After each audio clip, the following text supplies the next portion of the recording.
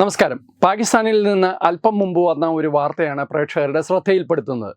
പാകിസ്ഥാനിൽ കഴിഞ്ഞ കുറേ കാലങ്ങളായി ബലൂച്ച് ലിബറേഷൻ ആർമി, ബലൂചിസ്ഥാൻ വിമോചന പോരാളികൾ അവർ കഴിഞ്ഞ കുറേ വർഷങ്ങളായി പാകിസ്ഥാൻ ആർമിക്കെതിരെ യുദ്ധം ചെയ്യുകയാണ്, പാകിസ്ഥാൻ സർക്കാരിനെതിരെ യുദ്ധം ചെയ്യുകയാണ്.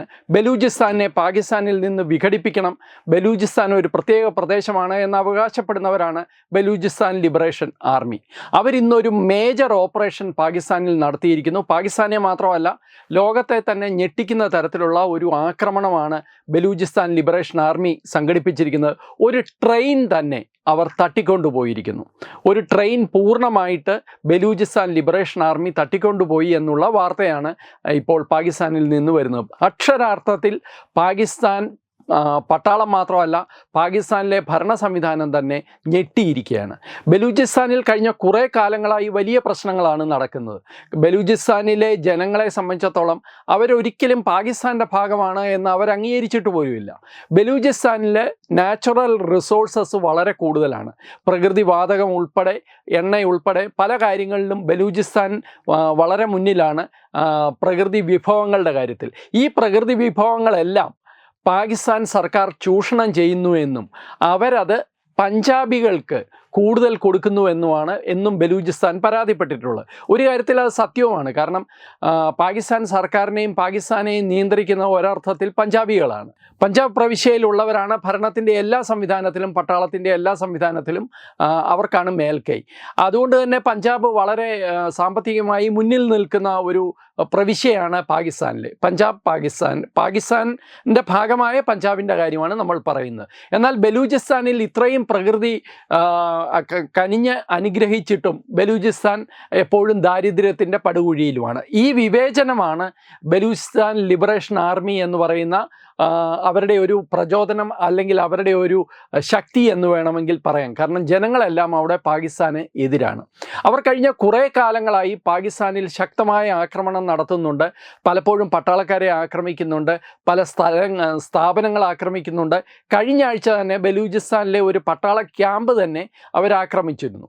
അവർക്ക് ഈ ആക്രമണത്തിന് സഹായിക്കുന്നത് തെഹ്രിക്കെ താലിബാൻ എന്ന് പറയുന്ന മറ്റൊരു തീവ്രവാദി സംഘമുണ്ട്, അഫ്ഗാനിസ്ഥാൻ ബേസ് ചെയ്തിട്ടുള്ളത്.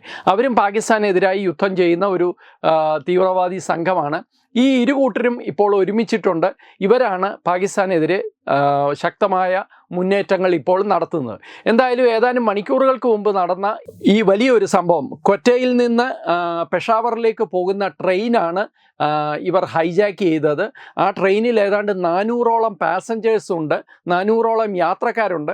പക്ഷേ അതിലും വളരെ പ്രധാനപ്പെട്ട ഒരു കാര്യം, 100ഓളം പാകിസ്ഥാൻ പട്ടാളക്കാരെയും ഇവർ ബന്ദികളാക്കി വെച്ചിരിക്കുന്നു എന്ന റിപ്പോർട്ടുകളാണ്.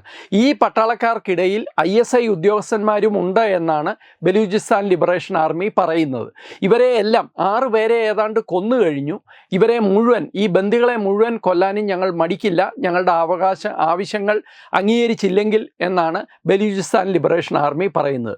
പാകിസ്ഥാനെ സംബന്ധിച്ചിടത്തോളം അവർക്ക് ഈ അടുത്ത കാലത്ത് നേരിട്ട ഏറ്റവും വലിയ ഒരു പരീക്ഷണമാണ് ഇത് എന്ന് പറയാൻ സാധിക്കും. ഒരർത്ഥത്തിൽ പാകിസ്ഥാൻ എക്കാലത്തും തീവ്രവാദത്തെ പ്രോത്സാഹിപ്പിക്കുന്ന ഒരു രാജ്യമാണ്. ആ തീവ്രവാദത്തെ ഭാരതത്തിനെതിരെ ഉപയോഗിക്കുന്നതിൽ അവർ ഒരു പ്രത്യേക സുഖം കണ്ടെത്തിയിരിക്കുന്നു. യഥാർത്ഥത്തിൽ പാകിസ്ഥാൻ എന്ന് പറയുന്ന രാജ്യം തന്നെ നിലനിൽക്കുന്നത് ഇന്ത്യ വിരുദ്ധതയുടെ പേരിലാണ്. ഈ ഇന്ത്യയിൽ അവർ ഉപയോഗിക്കുന്ന ആയുധമാകട്ടെ അത് തീവ്രവാദമാണ്. ഇപ്പോൾ അതേ തീവ്രവാദം അവർ വളർത്തി വലുതാക്കിയ ഇസ്ലാമിക തീവ്രവാദം തന്നെ അവർക്കെതിരെ ആഞ്ഞടിക്കുന്ന ഒരു കാഴ്ചയാണ് നമ്മളിപ്പോൾ കാണുന്നത്. ഇതിൻ്റെ വളരെ പ്രധാനപ്പെട്ട ഇതിൻ്റെ 2 പ്രത്യാഘാതങ്ങളുണ്ട്. ഒന്ന്, പാകിസ്ഥാനിൽ ഇത്രയും വലിയ തീവ്രവാദ ആക്രമണങ്ങൾ ഇങ്ങനെ നടക്കുകയും പാകിസ്ഥാനിലെ സൈന്യം അതിന്, അല്ലെങ്കിൽ സൈന്യവും ഭരണകൂടവും അതിനെ ചെറുക്കാൻ അവർക്ക് ശക്തിയില്ലാതെ വരികയും ചെയ്യുമ്പോൾ അത് പാകിസ്ഥാനിലെ ഇൻവെസ്റ്റ്മെൻറ്റ്, പാകിസ്ഥാനിലെ വിദേശ നിക്ഷേപം, പാകിസ്ഥാനിലേക്ക് വരുന്ന മറ്റു തരത്തിലുള്ള സഹായങ്ങൾ ഇതിനെയെല്ലാം ബാധിക്കും. എന്ന് മാത്രമല്ല, ചൈനയുടെ ബിൽറ്റ് ഇൻ റോഡ് പദ്ധതിയുണ്ട്. അതിൻ്റെ ഭാഗമായിട്ട് നിരവധി ചൈനീസ് ഉദ്യോഗസ്ഥന്മാർ പാകിസ്ഥാനിലുണ്ട്. അവരും പലപ്പോഴും ഈ ആക്രമണത്തിന് ഇരയാവുന്നുണ്ട്. അപ്പോൾ ചൈനയെ സംബന്ധിച്ചിടത്തോളം അവരും അവരുടെ പദ്ധതികളും പാകിസ്ഥാനുമായിട്ടുള്ള എൻഗേജ്മെൻറ്റിൻ്റെ കാര്യത്തിലും കുറവ് വരുത്താൻ വലിയ സാധ്യത കാണുന്നുണ്ട്. രണ്ടാമത്തെ വലിയ പ്രത്യാഘാതം എന്ന് പറയുന്നത് പാകിസ്ഥാൻ ആർമിയുടെ ഒരു ധൈര്യം, അവരുടെ മൊറൈലെന്ന് പറയുന്നത് വളരെ താഴോട്ട് പോയി എന്നാണ് ഇപ്പോൾ പലരും പറയുന്നത്.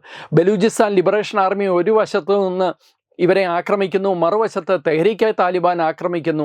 അപ്പോൾ ഇതെല്ലാം പാകിസ്ഥാൻ ആർമിയുടെ പട്ടാളത്തിൻ്റെ ഒരു മൊറൈൽ, അവരുടെ ഒരു ധൈര്യം, അവരുടെ ഒരു മനോധൈര്യത്തെ വളരെ മോശമായി ബാധിച്ചിട്ടുണ്ട് എന്നാണ് പറയുന്നത്.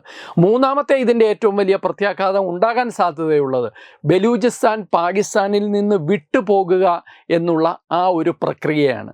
ഒരു പക്ഷേ അതിനും സാധ്യതയുണ്ട്, അല്ലെങ്കിൽ ആ രീതിയിലേക്കാണ് കാര്യങ്ങൾ പോകുന്നത് എന്നാണ് ഈ സംഭവവികാസങ്ങളെല്ലാം സൂചിപ്പിക്കുന്നത്. പാകിസ്ഥാനിൽ എപ്പോഴും മാധ്യമങ്ങളും പാകിസ്ഥാൻ സർക്കാരും ISIയും പറയുന്നത് ബലൂചിസ്ഥാൻ ലിബറേഷൻ ആർമിയുടെ പിന്നിൽ പ്രവർത്തിക്കുന്ന പ്രേരക ശക്തി ഭാരതവും ഭാരതത്തിലെ ഇൻ്റലിജൻസ് ഏജൻസീസും ആണ് എന്നാണ്. പക്ഷേ അതിൻ്റെ തെളിവൊന്നും അവർക്ക് അന്താരാഷ്ട്ര കോടതിയിലോ അല്ലെങ്കിൽ അന്താരാഷ്ട്ര മാധ്യമങ്ങൾക്ക് മുമ്പിലോ ഹാജരാക്കാൻ ഇതുവരെ സാധിച്ചിട്ടില്ല. അതൊരു ആരോപണമായി നിൽക്കുകയാണ്. പക്ഷേ അതിനൊരു മറുവശമുള്ളത്, ഭാരതത്തിനുള്ളിൽ വിഘടനവാദവും തീവ്രവാദവും പ്രോത്സാഹിപ്പിക്കുന്ന ഒരു രാജ്യത്തിന് ഇത് ഈ കാര്യത്തിൽ എങ്ങനെ പരാതിപ്പെടാൻ സാധിക്കും എന്നുള്ള ചോദ്യമാണ്. നമസ്കാരം. Branding partner Edubix online executive education, focus physiotherapy centre Pattom, Unnath engineering Gujarat, തീർത്ഥയാത്ര.com, അയൺ ബിൽഡ് ഗുജറാത്ത്.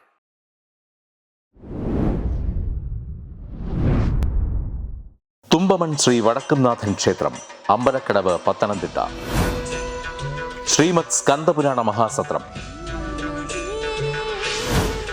2025 മെയ് 11 മുതൽ 18 വരെ. ബ്രഹ്മശ്രീ മുംബൈ ചന്ദ്രശേഖര ശർമ്മയുടെ മുഖ്യ കാർമ്മികത്വത്തിൽ മഹാഗണപതി ഹോമം, സ്കന്ദപുരാണ പാരായണം, മഹത് പ്രഭാഷണങ്ങൾ, പൂജഹോമാദികൾ, കലാസാംസ്കാരിക പരിപാടികൾ. സത്രയജ്ഞ കർമ്മങ്ങളിലേക്ക് എല്ലാ ഭക്തജനങ്ങളുടെയും സാന്നിധ്യവും സഹകരണവും സാദരം അഭ്യർത്ഥിക്കുന്നു. മഹാസത്രവേദിയിൽ മെയ് 18 പഴനി അരുൾമിക ദണ്ഡായുധപാണി സ്വാമി ദേവസ്ഥാന അർച്ചക സ്ഥാനികർ ശ്രീസെൽവ സുബ്രഹ്മണ്യ ശിവശാരിയാരുടെ മുഖ്യ കാർമ്മികത്വത്തിൽ നടക്കുന്ന അതിശ്രേഷ്ഠവും സർവൈശ്വര്യദായകവുമായ സ്കന്ദഹോമം. സ്കന്ദമഹാപുരാണ സത്രത്തിന്റെ ആദിമധ്യാന്തമുള്ള സമ്പൂർണ്ണ തത്സമയ കാഴ്ച തത്വമയി നെറ്റ്വർക്കിൽ.